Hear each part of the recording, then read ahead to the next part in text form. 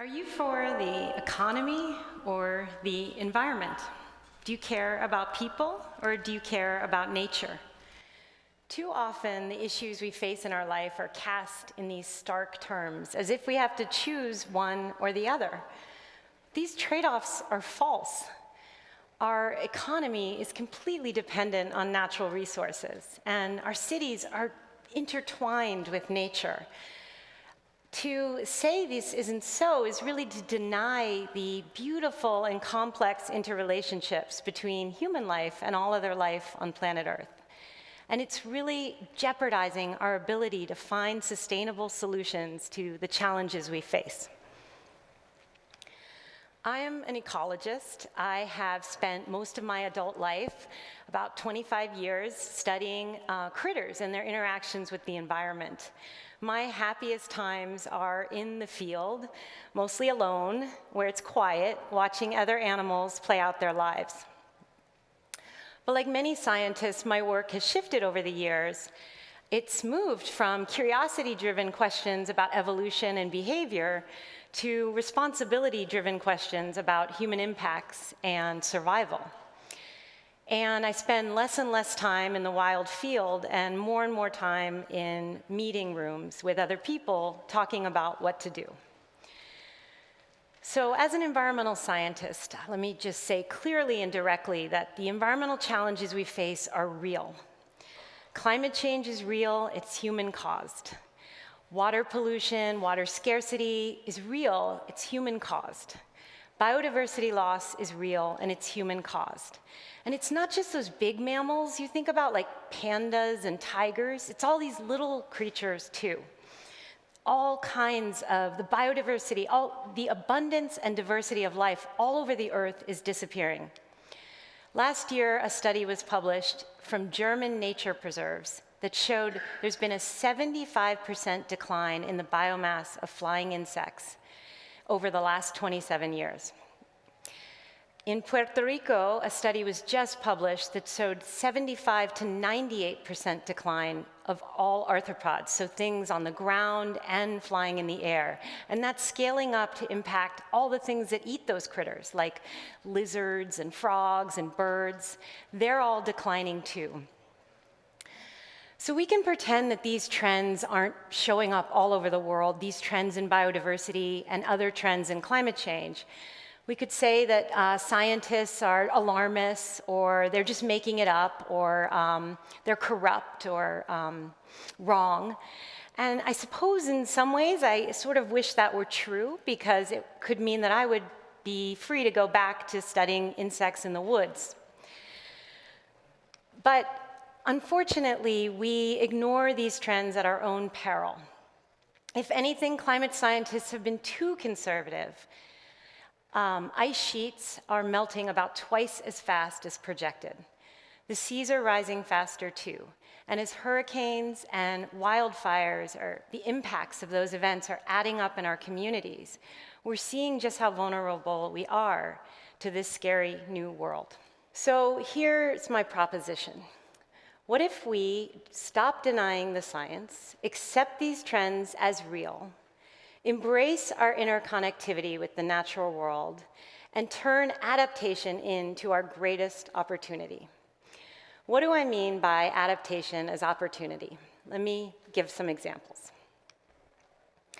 So we've all been experiencing increased heavy rain in recent decades. This is happening all over the country, and it's related to climate change. This causes flooding in our communities. It pushes sewage into the rivers, which spreads disease risk. One of the ways that we can adapt to this kind of change is by basically kind of doubling down on hardscaping our environment, things like levees and pipes, gray infrastructure. And this is good to do to improve this, but is it really dealing with the problem? Bigger pipes and higher walls is not going to mitigate climate change. Heavy rain events are going to continue to get worse. Ecosystem-based adaptation is the practice of working with nature to adapt. In the case of heavy rains, you can use green infrastructure, which is the strategic increasing of vegetation in our landscape, to act as a buffer and absorb that extra heavy rain and hold it in the soil. This has all kind of other benefits too.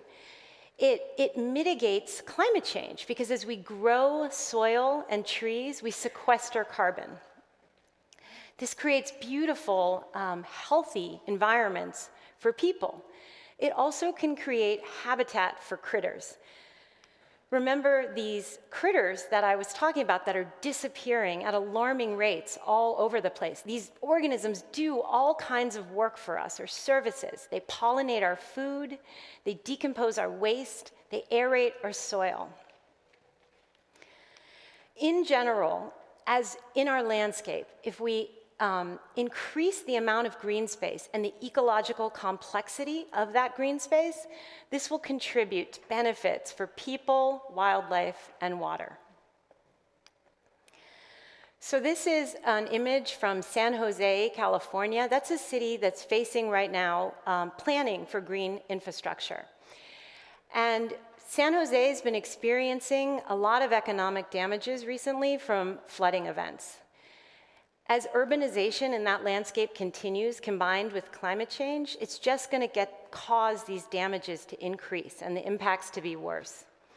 So a group of stakeholders are considering, rather than developing this floodplain, business as usual, that's at the outskirts of the city, the idea is to strategically conserve parts of this landscape and steward it so that that will reduce downstream flooding impacts in San Jose, as well as help secure the water supply of San Jose. It also has a whole host of other benefits for wildlife and people from this kind of work. Not only by combining this kind of large land conservation with strategic projects in San Jose, increasing trees along waterways, pocket parks, and in the city, these together combine to create a system. And that system can provide the city with resilience to heavy rain events, as well as all kinds of other challenges that we face from climate change and other threats. The other exciting thing about green infrastructure is it can provide really good, long-lasting jobs for people. We need more people, more stewards on the land caring for plants and animals in our communities. Nature doesn't necessarily want us to keep out. Biodiversity can thrive with people. It all depends on how we act, the tools we use, and how we practice care. Our social lives are much broader than we often imagine. Every day we have encounters with non-human organisms that are social.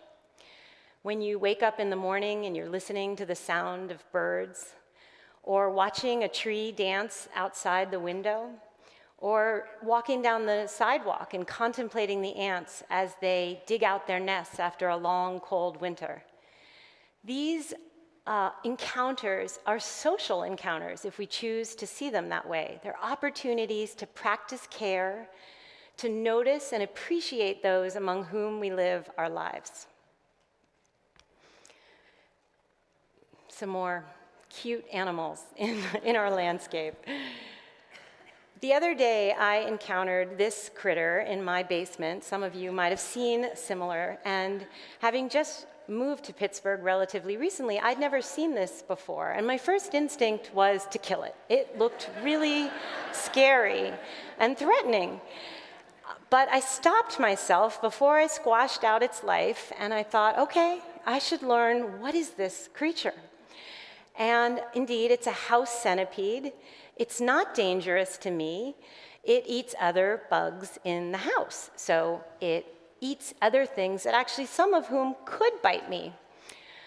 So what I learned is that it's not my enemy. It's perhaps more of an ally. And by stopping, taking the time, not breaking out the can of pesticide, I realized that I can live peacefully with this creature, and its work might actually make my house safer. Now, I am not arguing that not killing insects in your home is going to solve global climate change or any of the other very real sustainability challenges we face. But what I am arguing is that by broadening our sense of social community, by recognizing our interrelationship with the web of life, that this is the key to unlocking a sustainable pathways for our community and our planet. So my ask here today is a deep ask. I want to know what's possible if we make decisions, whether they're big or small, as individuals or as a community, by starting from the position of, does this work help to increase the abundance and diversity of other organisms in our landscape, increase the abundance and diversity of life, while also improving the lives of human beings? My wager is that if we do this, it will transform us and our planet for the better. So I know that climate change and the other challenges of the Anthropocene are scary and overwhelming. And they are showing us plainly at the beginning of the 21st century how vulnerable our communities are after decades of pursuing an economy, not an environment, people, not nature. We have the opportunity now to adapt, to better align our economy and our environment and make our communities better. This is the work of humble, respectful collaboration among neighbors, all kinds of neighbors, diverse humans and non-humans alike. Thank you.